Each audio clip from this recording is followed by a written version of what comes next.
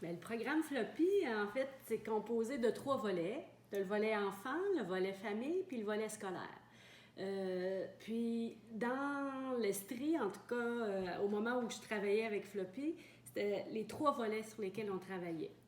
Donc, le volet enfant, c'est en classe de maternelle, où est-ce que tous les enfants vont avoir accès à des ateliers en classe aux 2 semaines, pour un total de 12 ateliers durant l'année scolaire. Puis on commence autour de la fin octobre, étant donné que la rentrée scolaire, c'est quand même beaucoup d'adaptation pour les enfants.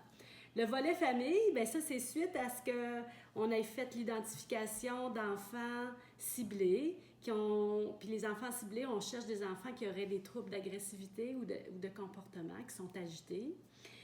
Puis ensuite, on va leur offrir à eux puis leurs parents un suivi famille et l'équivalent d'environ encore là autour d'une quinzaine de rencontres par année à domicile, où est-ce que, comme moi, intervenante, je me rendais à domicile.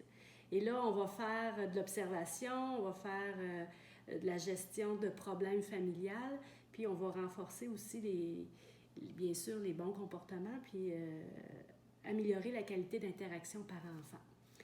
Au niveau scolaire, bien, ce qu'on parle du soutien à l'enseignante, parce que quand on est en classe de maternelle, oui, on a des enfants sur lesquels on va appliquer un plan d'intervention, on va développer un plan d'intervention, mais on est là aussi pour soutenir l'enseignante, comment aider l'enfant à se développer puis à répondre aux différents besoins qu'il a, puis ce qu'on veut, dans le fond, aider l'enfant au niveau des objectifs de développement.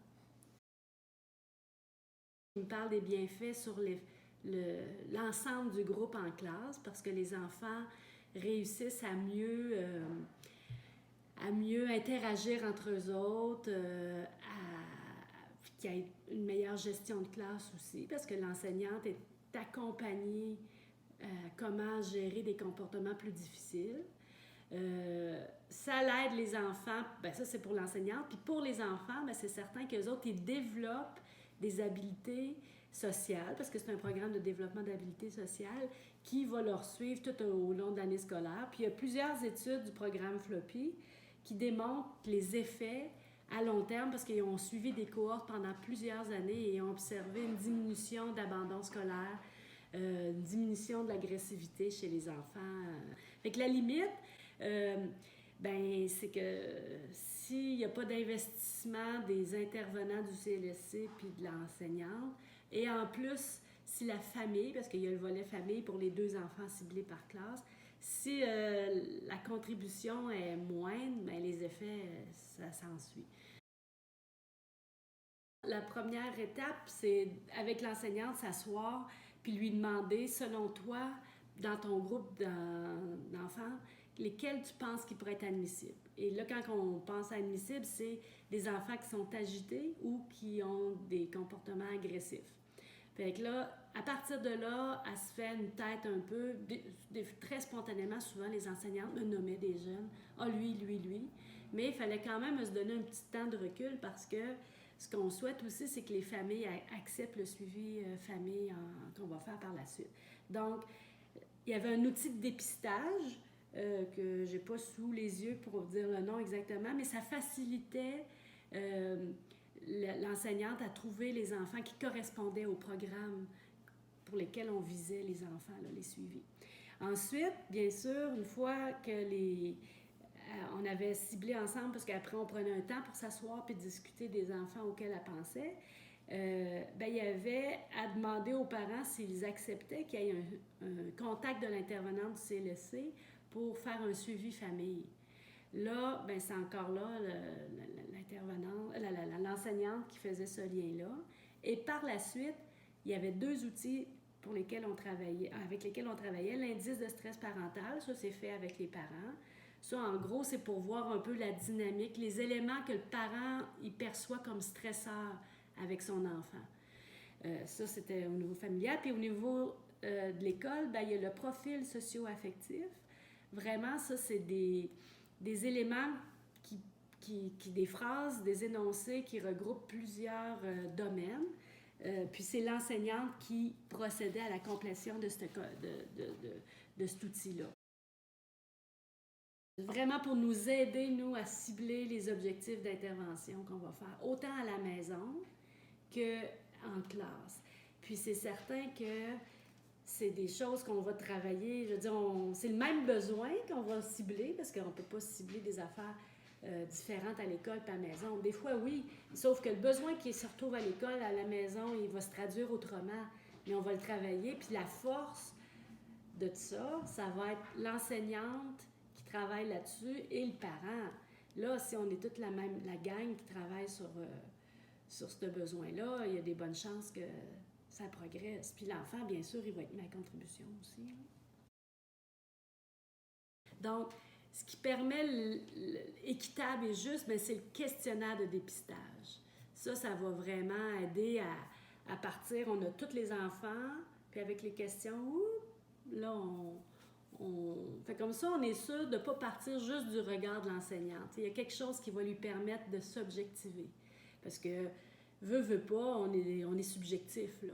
Fait que les outils, ça l'aide à rendre ça plus objectif, puis à être sûr qu'on n'a pas laissé un enfant de côté, entre parenthèses, là, en partant juste de sa perception d'enseignante, par exemple. Et là, son rôle, c'est la participation aux activités qu'on propose. Puis aussi, ben, on a ça, c'est le rôle de l'intervenant, de donner de la place à la parole de l'enfant, parce que à cet âge-là, ils vont pas nous dire, ils vont pas tout nous dire spontanément, mais faut toujours bien y donner de la place à y parler, pour qu'il puisse parler, l'enfant. Très, très important, parce que oui, elle va compléter, premièrement, l'outil de dépistage, deuxièmement, le profil socio-affectif, mais la qualité des réponses qu'elle va y faire, le temps qu'elle va y mettre, parce que, tu sais, ça pourrait se compléter très rapidement, mais elle a besoin quand même de se donner un temps d'arrêt pour se plonger dans la vie de l'enfant, puis d'essayer de répondre le mieux possible. Puis ensuite, après avoir répondu le questionnaire, moi, j'ai des outils, une fiche de travail, où est-ce que là, je vais m'asseoir avec l'enseignant, fait que c'est un autre moment que je lui demande, après avoir complété ça, là. C'est un rôle clé dans la réussite du programme Floppy. Puis ça a un rôle clé aussi pour vraiment l'enfant, pour qu'il progresse dans ses objectifs de développement. Bien, à toutes les classes maternelles, mais comme je disais un peu en entrée de jeu, qui sont volontaires. Parce que si tu n'as pas une direction qui va soutenir, qui va favoriser ou qui ne croit pas, c'est certain que la direction elle a besoin d'être nourrie. Là, pourquoi Floppy? Puis ça, il y a plusieurs recherches qui ont été rattachées à Floppy. Ils ont besoin de savoir pourquoi ils s'investiraient là-dedans. Puis ça, on est capable de fournir ça, parce qu'on a beaucoup de recherches qui soutiennent le déploiement puis les effets que ça a eu. Mais une fois que la direction a dit oui, sur le terrain, là, c'est avec l'enseignante que l'intervenante du CLSC va travailler. Donc, ça prend du volontariat. L'atelier type, là, j'y vais un peu de mémoire, ça fait quand même longtemps que je l'ai fait, mais on arrivait en classe, puis moi, j'arrivais tout le temps, quasiment, des fois 1 heure avant l'atelier, pour être avec les enfants. Tu sais, comme je les regardais, ça me donnait de l'observation, des moments d'observation, j'interagissais, je créais des liens. Ensuite, là, on faisait un cercle, c'était toujours à terre, on s'assoyait à terre en cercle, et on commençait, puis Floppy, c'est une marionnette, donc moi, j'y prêtais ma voix, mais j'ai même pas besoin de changer ma voix, là. Les enfants, là, à cet âge-là, même si tu ne changes pas ta voix, là, Floppy, là, c'était Floppy entier, puis tu sais, je me cachais pas derrière un petit castelet, là. Il était à côté de moi, puis Floppy, ici, que la marionnette Floppy, ici, je présente. Je l'ai plus, on la voit mieux ici, là, Floppy. Fait que Floppy avait plein d'amis, puis c'est des scénettes. Donc, vraiment, ça l'arrivait où est-ce qu'il y avait une petite histoire entre Floppy et des amis. Et là, après, Floppy posait des questions aux enfants. Qu'est-ce qui s'est passé? Fait que là, les enfants participaient. Ben là, lui a fait ça, puis il faut pas faire ça, puis faut... OK. Et là, je les faisais pratiquer. Fait que là, Floppy restait tout le temps dans la main de l'intervenant. Jamais qu'on prête Floppy aux enfants. Jamais, jamais. Mais il prenait les amis et il se pratiquait. On faisait à tour de rôle, là, une pratique de comment bien faire...